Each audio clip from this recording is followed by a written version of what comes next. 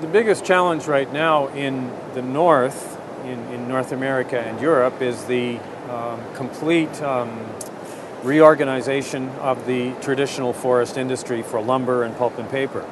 Especially in eastern Canada, we have seen a complete collapse of much of the industry that we have relied on as our market for timber for 50 and 60 and more years. So we now are desperately struggling to establish new markets for new products.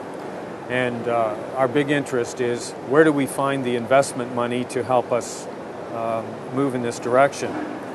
One of the really great opportunities of being here at the Congress is that we are working closely together with two other alliances. The Alliance for Community Forestry, Global Alliance for Community Forestry is its name, and also the International Alliance for Indigenous and Tribal Peoples of Tropical Forests.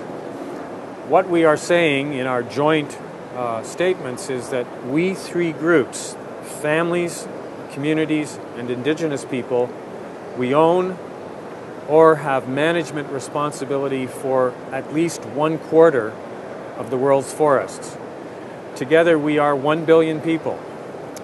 We say on the family side, close to 200 million families, but every family has many members, plus the many people in communities who have responsibility for forests, plus the many indigenous communities. So together, at least 1 billion people have responsibility for caring for 1/4 of the world's forests.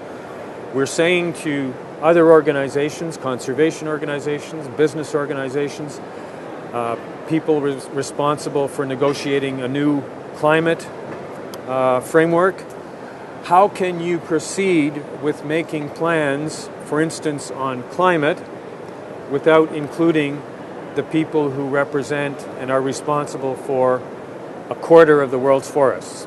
And it's not just 1/4 of the forests, it's often the most productive forests, the forests closest to the cities, the forests that have been best cared for most intensively for the longest time.